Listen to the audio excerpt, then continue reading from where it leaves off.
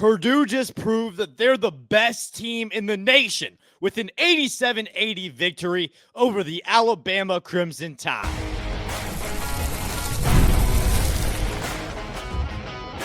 You are Locked On Boilermakers, your daily podcast on the Purdue Boilermakers, part of the Locked On Podcast Network, your team every day. Hello and welcome into another episode of Locked On Boilermakers here on the Locked On Podcast Network. Now the number one sports podcast network. I am your host.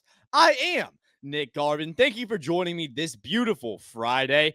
It's the end of the week, and last night was a special night because Purdue beat Alabama in one of the most fun games I've ever experienced. Won that one 87-70. We're going to be talking about that one all day long, how Braden Smith and Trey Kaufman-Renn really led and dominated in that game. We're going to talk about Purdue, their ability to rebound, and take a look at all the matchups, why Purdue was able to get out of Tuscaloosa with a victory.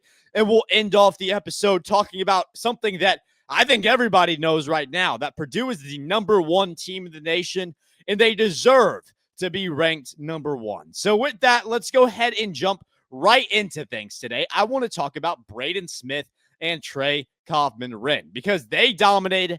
They were the reason why Purdue won by 7 points against Alabama. And if you look back to last year, this game was the second of a home-and-home that stretches back to last year. Now, 3 victories in a row against the Alabama Crimson Tide. But in last year's game at Mackey Arena, Braden Smith and Trey Kaufman-Renn, they both went for 40. They combined for 40 in that game against the Tide. And now this year, they went even crazier. They had an even better game combined, where Braden Smith, he went for 29 points. He was all over the place. Trey Kaufman-Renn went for 19.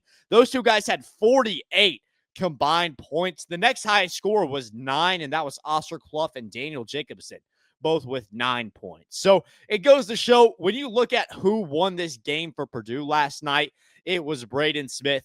It was Trey Kaufman-Renn. Those are your leaders. Those are the guys that you expect to win games for you, and they certainly did it. And specifically in the first half, Trey Kaufman-Renn was really impressive to me because, I mean, he was out the first 2 games. And you look at that in terms of people maybe disrespecting Purdue for losing, or not losing, but for not playing up to their standard against Oakland. And they thought that maybe Purdue loses against Alabama for maybe not playing up to Evansville in that first half. And then people think that maybe Purdue isn't able to come in with the right amount of intensity against Alabama. But I feel like it really went to show that all that was proven wrong, and that Trey Kaufman-Renn was the reason why maybe that team didn't play as good as they should have expected to. Because with Trey Kaufman-Renn, it looked like a completely different team. He was all over the place. He didn't miss a shot till dang near the end of the first half. And it looked like TKR was going to dominate all night long. And offensively, he was extremely good. When Purdue, they were missing shots and they just needed something consistent down low, they were able to get it to TKR, and he was able to get it done, score consistent points, and that's why he had 19 points in the game. But the thing that was even more important was his ability to rebound the ball. Purdue was a team that didn't rebound particularly well in their first 2 matchups, and in this game, they absolutely killed Alabama on the boards. Trey Kaufman-Renn had 15 rebounds, 19 points. I don't know the exact stat, but he's one of only 3 guys to ever do that. One of them was Tim Duncan. So Trey Kaufman-Renn in elite company after tonight's victory. Overall, just so impressed with this team, their ability to rebound. Purdue, they rebounded offensively 19-7. And when you out-rebound a team like Alabama 12 more times, you're going to find success. And that's the only way that you can beat Alabama, because they're so fast. They take advantage of you on offense. The only way you can beat them is to keep the ball out of their hands and giving yourself 19 more opportunities to have the ball on offense. That won Purdue the game. And you can look at Trey Kaufman-Renn. You can look at Oscar Cluff. Those were the guys that were getting it done down low, rebounding the ball. That's what got Purdue the victory tonight. They out-rebounded Alabama overall 52-28 tonight. I was so impressed with the way that Purdue rebounded the ball. And if you look at the first half, Purdue, they were only up 2 points on Alabama at the end of the first half. A lot of that is because Alabama was just shooting the three ball at an unreal clip in that first half at about 50%. But with Purdue out rebounding Alabama at the level they were, it just felt like it was more maintainable for Purdue to play their game in the second half and to be able to get that consistent momentum, being able to rebound the ball, because you can't shoot 50% forever, especially not for an Alabama team that only averages 30% on the season. And we saw that in the second half. Purdue, they were able to get very gritty. They were able to kind of rebound the ball and take all the time out of that clock. Eventually, Alabama stopped making shots, and Purdue, they came out of a victory. And I can't speak highly enough about Trey Kaufman-Renn's performance. His ability to step in the first game he plays in the regular season off a hip injury, and just really produced at the level he did tonight. He was amazing. He really showed up. A little bit of a cramping issue later in the game, but he seems to be good to go.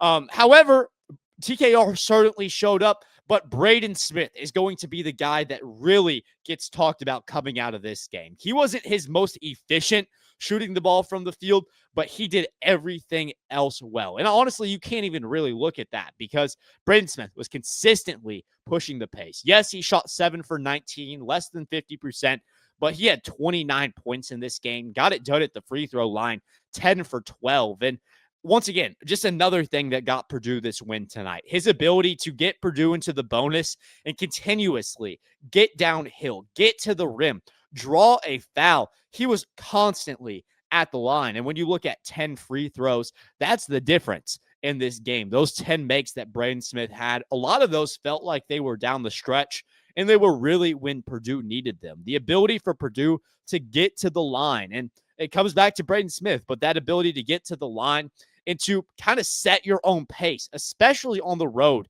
in an environment like Coleman, to set the pace, get to the line at will. That really was something that found Purdue a lot of success tonight, or last night when this video comes out.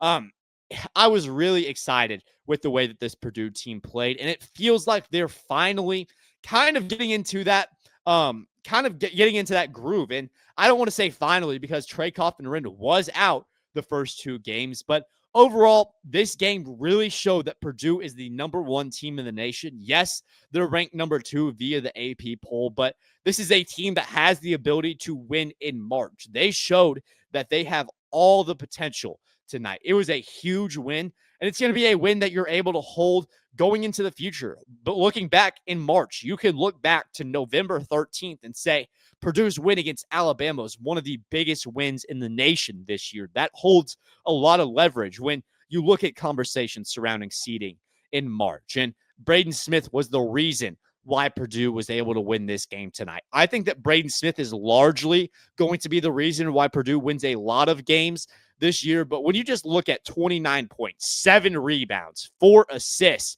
he turned the ball over 3 times, but Alabama, they make it difficult for you. I thought that Braden Smith did everything right in order to win this game tonight, and he did it. People won't talk about 7 rebounds for Braden Smith, but for a team that really need to step up rebounding-wise tonight, they absolutely did it, and Braden Smith was the reason. When you have a point guard that is not just able to score, but also is on trajectory to break an assist record that's lasted 30 years, and he can rebound, this is a guy that does everything right. Braden Smith does everything right. He scored 29 points. He lit up Alabama, but the rebounding, the assists, those are the things that he does so well that really contribute to winning. I was so impressed with Braden Smith. The leaders of this team showed up tonight in Trey Kaufman-Renn and Braden Smith. They combined for 48 points, if I do my math correctly. Yes, 48 points. 29 points from Braden Smith, 19 points from Trey Kaufman-Renn. It was a big night. But here in this next segment, I want to talk about rebounding a little bit more.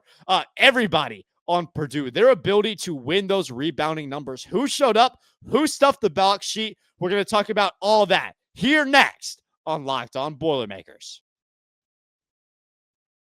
It's almost the weekend. Time to look back and crown this week's MVP on Who Delivered, powered by DoorDash. Just like you can win every Saturday with DoorDash Streaks, saving more every time you order, these players delivered when it mattered most. Let's break it down. For Purdue, Trey Kaufman-Renn delivered in a big way. In his first game of the year, he put a double-double that very few people have ever put up. With 19 points and 15 rebounds, he proved that he was there. And if you've been watching week after week, you know this performance wasn't a fluke.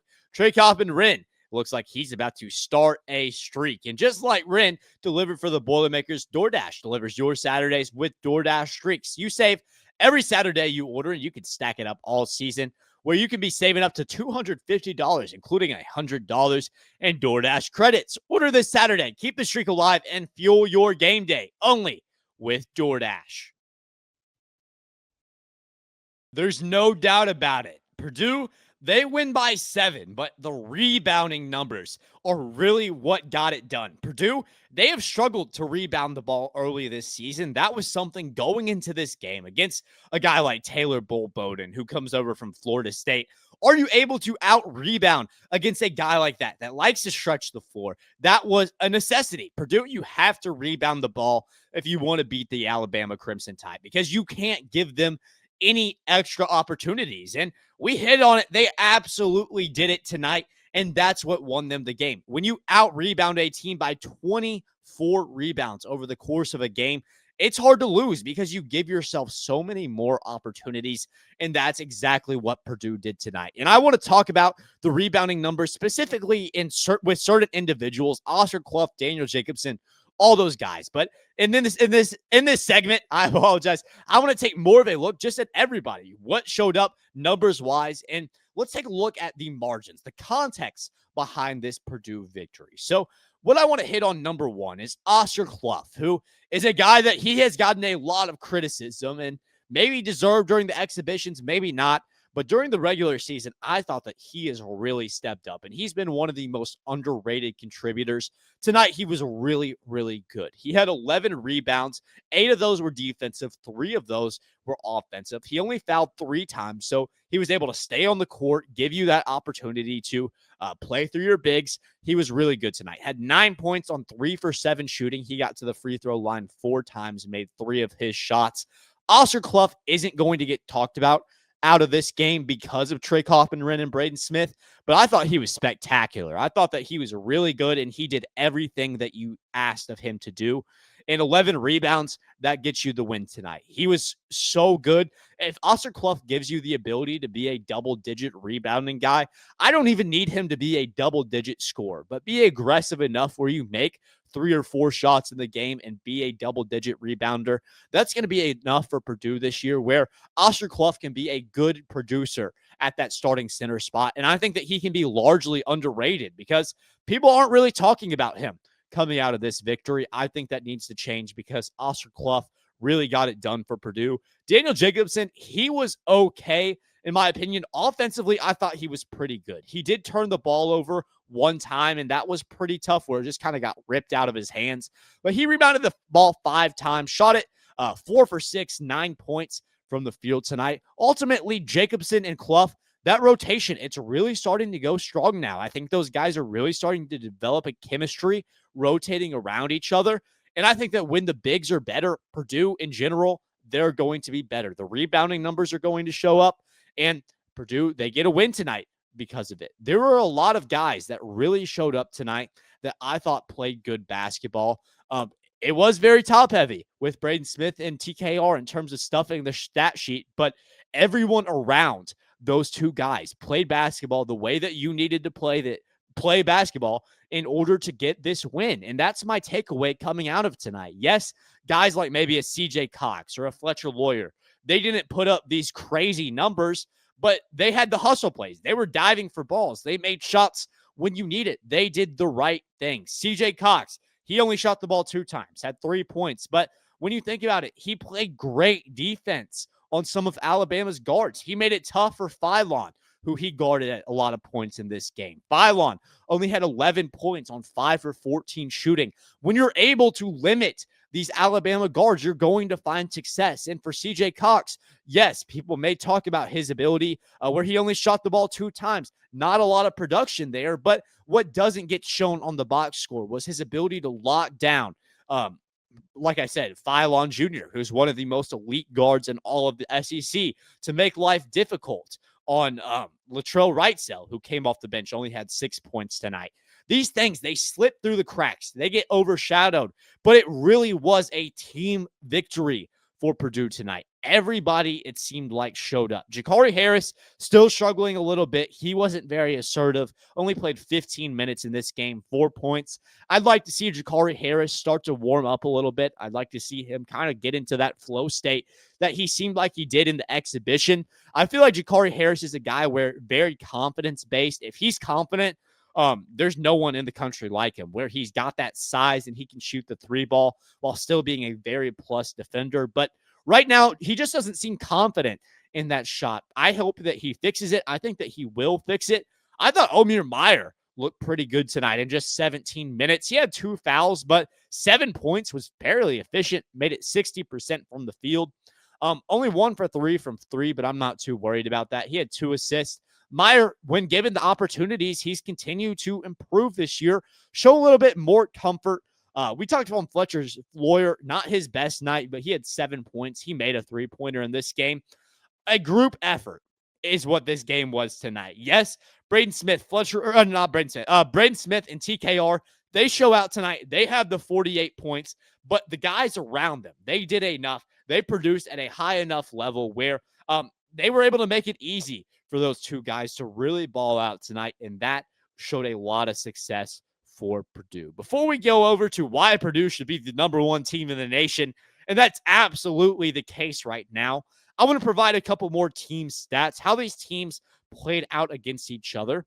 And I hate to keep saying last night, today. I'm filming this the night that this game just ended, Thursday, November 13th. It will come out Friday morning of the 14th. So I just want to clear that up in case I was confusing anybody. The one thing I did want to hit on, we talked a lot about bench points because Purdue, they're going to want to play with that depth against Alabama, against a lot of teams this year. You feel very comfortable in your depth. For Purdue, they had 20 points off the bench in this game. For Alabama, only 14 points. So once again, that's another category where you beat Alabama.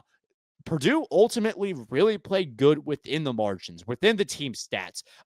Yes, you don't look at the box score and say, this is why you win a game most of the times, but consistently, when you look at the 3-pointers, Alabama, they started out really hot, but they didn't shoot at the same volume over the course of the game. They ended up shooting over 40% from 3. Alabama, they went down in the second half to 36%. That level of consistency through 2 halves of basketball, it won Purdue this basketball game. They played really well, and ultimately, that's what happens when you get this win. Points in the paint, 30-22. Fouls, 15-19. The interior for Purdue, that's really what won this game. The backcourts, they kind of neutralized each other. Braden Smith was exceptional. Some of the Alabama guards, Philon, it wasn't his best night.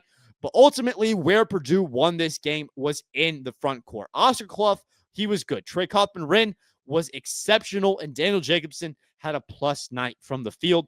As soon and as often as this front court continues to play positive basketball for Purdue, as long as this front court is an advantage for you against high-quality teams like in Alabama, when you go in to a tough environment on a tough road game in Coleman Coliseum, and you have the opportunity to have the advantage in the front court, that's all you can ask for. I think that now that Purdue has Trey Kaufman-Renn healthy, you have those 2 centers that are going to continuously rotate. You have that advantage, and that's going to be extremely successful for Purdue this year. I think they're going to have a lot of success going on to non-conference, and I think that the bigs are going to be a big reason for that. Rebounding was a big reason why Purdue got a big victory tonight, 87-80 over the Alabama Crimson Tide. Stick with us here for this next segment because I want to explain why Purdue deserves to be the number 1 team in the nation. Yes, they get one of the biggest wins in the nation so far, and they should be expected to move up. But is there more to that conversation? Find out here next on Locked On Boilermakers. The NBA is back, and there's no better place to get in on the action than FanDuel, the official sports betting partner of the NBA. Even if you missed the start of the game or want to ride the hot hand, FanDuel has live bets on everything from who will score next to fourth quarter comebacks. Plus, you can even combine your live bets into a same-game parlay for a shot at a bigger payout. It keeps every game exciting, especially when your team's making that late push. And right now, FanDuel is giving new customers $300 in bonus bets when your first $5 bet wins. So head on over to FanDuel.com and sign up to play your game with FanDuel, the official sports betting partner of the NBA. This week, Purdue got moved down to number 2 in the AP poll, and they went into Alabama. It was a top 10 matchup, 2 versus 8. But I feel like after this win tonight, there is no doubt in my mind that Purdue deserves to be the number 1 team in the nation. I think, in my opinion, they still deserve to be the number 1 team in the nation after they were moved down this week when Houston went up. I don't think that Houston deserved that. I think that Houston is a talented team, but to judge Purdue by 2 games where they didn't have one of their best players, a guy that scored 19 and 15 tonight, that was unfair. It was unfair, and it sure looks unfair now after Purdue pulls out a top 10 victory on the road. And ultimately, that's what it comes down to. This win was too big for Purdue to not be ranked number 1. And I think that the composure that Purdue played with tonight, that goes to show that this team deserves to be number 1, because it was so much more than just a win. It was a win on the road, and it was a win where when things didn't go your way, you were able to handle that adversity against an Alabama team that forced 19 points, I think it was, off turnovers against St. John's. Tonight, they only beat you by 1 in the points off turnovers. That's exceptional. When you're able to do that, when you're able to handle that adversity, especially when those guards, they were being pesky. They were getting hands in transition. It's not like the Alabama guards weren't playing defense. They were. This team handled themselves well enough with a high level enough of composure that they were able to pull out this game. And the fact that Purdue, they played such clean basketball, I think that's what makes Purdue the number 1 team in the nation, because any team can get hot on certain nights. Any team can shoot the ball lights out. And we saw that with Alabama in the first half. They shot the ball lights out, and that's what kept them in that game. But down the stretch, when things got tough, when things got close, in the final 5 or 6 minutes of this game, where did the ball bounce the right way? It bounced to Purdue. Purdue always found themselves in situations where they were in the best possible situation to get a basket down the stretch. And that's a matter of culture, and that's a matter of veteran leadership. Yes, you can call it luck whenever the ball bounces a certain team's way, but it's eventually, when you're in these close enough games, often enough, and you're consistently winning, things are consistently going your way, it comes down to a level of leadership. And that level of leadership is what Purdue has. It's why this team had such high expectations going into the season. And I feel like right now, tonight, they proved that they have that leadership. And going into March, going into those big games, that's going to be a quality in a team that you're going to want to have, more than the ability to shoot the 3 ball, more than the ability to space the floor. The ability to have composure late in games is going to be one of the most important qualities for Purdue this year. And I feel like they absolutely showed that tonight. Down the stretch, they did everything right. They were able to rebound the ball. They were able to shoot the ball. Whenever shots weren't going in, they seemed like they were going in when you needed them. So for Purdue, that composure was something that was very optimistic coming out of this game. And I think that it's something that should propel Purdue to number 1 in the nation, and something that will propel Purdue to number 1 in the nation, because we talk about AP poll in terms of evaluating where these teams are, top 25, who's number 1, who's number 2. And while I understand that's the best solution we have, it's not the best strategy for determining who's the number 1 team. A better strategy, I would say, is KenPom, looking at it mathematically, because it's just so hard to tell. It's so hard to judge these teams based off rankings where no one really knows where you get the AP from. It's just different beat writers that are voting. When you look at something like KenPom, it's better suited to evaluate where teams are, how they're playing. Purdue took a jump after tonight. Defensively, they're still kind of low. They're at 47, which I expect them to improve on. But after a win like tonight, those offensive numbers really jumped up more than they already are. And that's the second thing. Purdue, they far and away had the number one offense in the nation. That's not really something that can be debated. I think that that's pretty cut and dry. This offense is number one in the nation. That's not what Purdue proved tonight. Yes, that offense was on display. Yes, they were on fire. But what Purdue proved tonight was that they have a level of intensity rebounding the ball and a level of intensity defensively. Yes, Purdue gave up 80 points in this game, and that's not a defensive masterclass by any stretch of the imagination, but I mean, you did enough to win this game. You rebounded the ball at an exceptional level, and I feel like you really kind of proved tonight that places where other people said that you didn't play well, places where people said that this Purdue team is going to struggle, you go in tonight to the Coliseum and you show that that's not our weakness. We're going to beat Alabama rebounding the ball. They did that tonight. They found a lot of success. With that, Purdue should be ranked number one. And ultimately, this non-conference slate, it gets pretty easy for Purdue, in my opinion. I think that this was the biggest test, and going out of non-conference, there's the potential for you to go undefeated and to look at where this team is, where the perception of this team is being number one. We're in for a really special season, especially if Purdue can really take this momentum and stretch it together, string it together into a couple more wins. The last thing I want to go over before we head out today is Purdue's remaining non-conference schedule. Some of these games are extremely winnable. Akron on Sunday. I mean, obviously you expect to win that one, but then against Memphis, that one's in Baja Mar. That starts up as early as next week. You face off against Memphis. That one's a winnable game. If you win that, you play off either against our guy Miles, who's playing for Wake Forest right now, or Texas Tech, which is a very talented team. Then you got Eastern Illinois. That one should be winnable. Iowa State at home, which should be winnable at home. Marquette, who's struggling this year. Auburn, who are struggling this year. Kent State. The path is definitely there for Purdue to have an undefeated non-conference. And if that happens, this year could be even more special than the anticipation that we have. But ultimately, tonight was a big first step. Yesterday, when you guys are watching this, Alabama versus Purdue, it was a big first step. Purdue, they went into Coleman, they went into Tuscaloosa, and they proved that this is a national championship contender.